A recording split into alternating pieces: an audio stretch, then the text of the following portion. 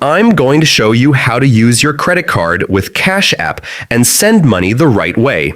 Stick around because there are some important things to know about fees and limitations. First, link your credit card to Cash App. Open the app, tap your profile icon at the top right, go to Linked Banks, and then add your credit card by entering the card number, expiration date, CVV, and zip code. Next, to send money, enter the amount, tap Pay, and enter the recipient's cash tag, phone number, or email. Select your credit card as the payment source, then tap Pay and confirm.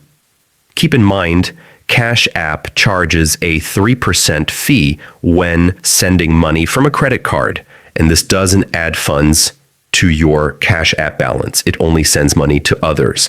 As an alternative, you can use a third-party app or your bank to send money from your credit card to a bank account or PayPal, then transfer to Cash App. This avoids the fee but takes extra steps. And that's it.